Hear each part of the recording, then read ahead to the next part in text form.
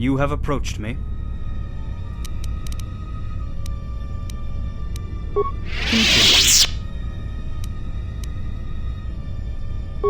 In a manner of speaking, it is better to say that they follow the true Sith, and believe themselves to therefore be a part of it. There is only ever one true Sith, and right now, he is what I fear. You have a...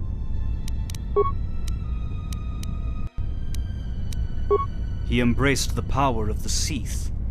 He has become something else, and by it, our true enemy. He has become what I ran from all these years.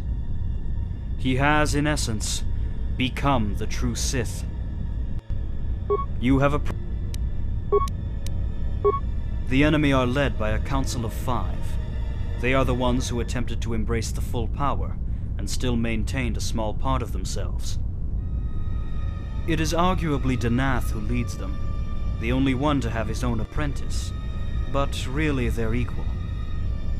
The ones they call Screamers and Banshees are what became of those who lose themselves when faced with the power. They are simple, empty shells, powered by the dark side itself.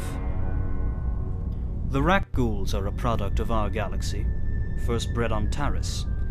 I'm not too sure how the enemy ended up with them, but they found something useful about the species. They move as one, finding and consuming, or destroying. I don't know how many there are, but I know it'd be very hard to count them all. You have approached me. What did you want to know? Not the first question I expected. Come to think of it, I'm not too sure. Guess I must be pushing 60 now. You have a... How does it feel? It feels good. My Bastila is here. HK, Canderous, even Kreia. It feels good to be home. Let's hope the feeling lasts.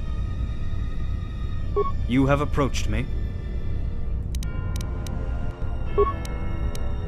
Like flowing in a river of aimless power. A river that is large and impressive, but ultimately never connects to the sea. You have Very well. State your questions, Doctor. I was baiting myself, essentially. This enemy, this Sith, it has a purpose for me. It has designs on my mind. I felt that if I remained hidden, but near to it, I would keep it from the galaxy as long as possible. The alternative would be to return, and I feared that they would follow behind me. I hoped that installing them, the likes of Carthanasi would be able to unite the races of the galaxy, ready for their inevitable assault. Now, thanks in large part to your expedition, they are aware of my location. However, that hardly matters now. The enemy have found an alternative to myself, in your assassin friend. I'm not entirely sure about all the details, what they specifically seek in either of us, but apparently, Kanos is worthy. I believe it is something in a mind of strategy. They have much untamed power in themselves, but no focus, no downright common sense at times. With the right mind leading them, they believe they will conquer the galaxy. Well, conquer in their terms. In reality, it is the pure destruction of the galaxy they seek, for it will mean the defeat of the Force. I'm not entirely sure I understand all of it, but then again, the dark side isn't known for its great wisdom. You have approached me.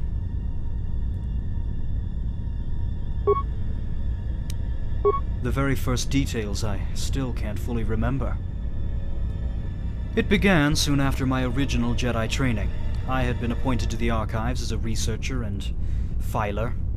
During my work, mainly cataloging, I slowly began to discover things. During my time on Dantooine, I was appointed to catalog some of the surrounding ruins. The Jedi Council, of course, thought it was a menial task and not worthy of their time, although apparently worthy of mine. There was a tomb there. Nothing too different to anything else there at the time, at first glance. But it had one glaring oddity. No one was buried there. No records had been kept for it, and no inscriptions we could translate were found upon it. It had simply been assumed that someone had been buried there. Even I myself did not think too much of it at first, until one day, when I began translating the external runes of the building. They talked about things like dark power and Starforge. I could only ever translate the occasional words, but terms like that stick in your mind. My research was, of course, interrupted, however, when a certain group named the Mandalorians began attacking outlying star systems.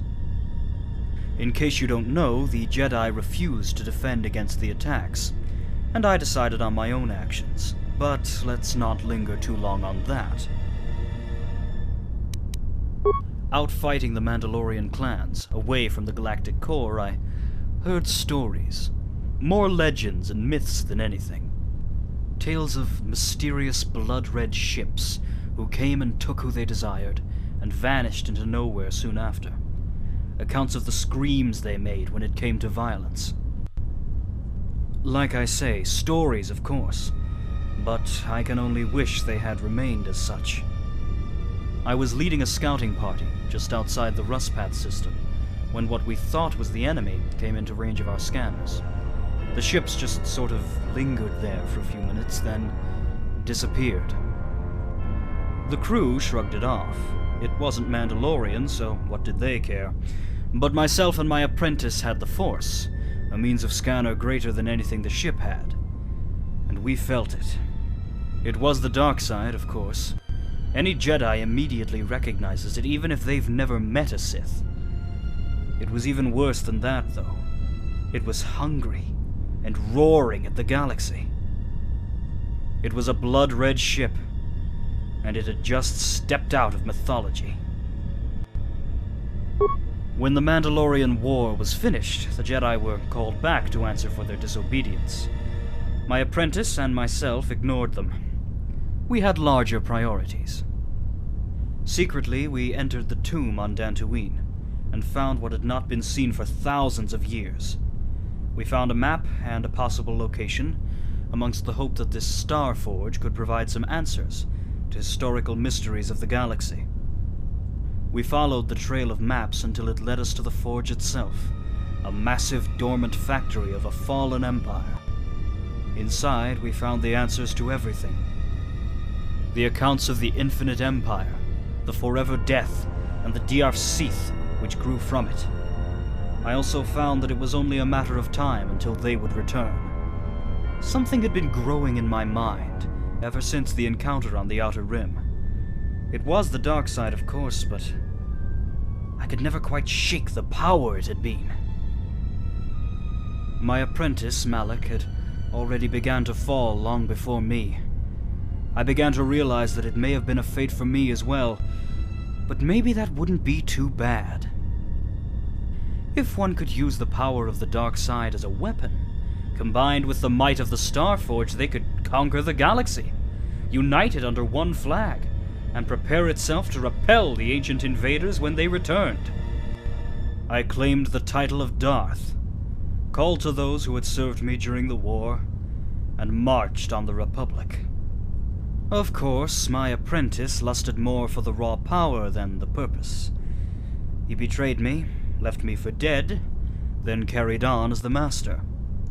Luckily, I was saved by Bastila, and given a second chance by the Jedi. After the defeat of Malak and the destruction of the Star Forge, my then amnesiac memory began to resurface. I began to remember images of what I had seen on the Outer Rim, and feelings towards why I had turned. I sought answers everywhere. I retraced my steps and even sought counsel from my former masters. In the end, I simply had to return to the unknown space and see it again for myself. Only faintly aware of what I might find, I left behind everyone I could, passing on instructions for the good of the Republic where I could. The rest you more or less know. I found what I had remembered and resisted them for as long as I could. Let us just hope it was all worth it.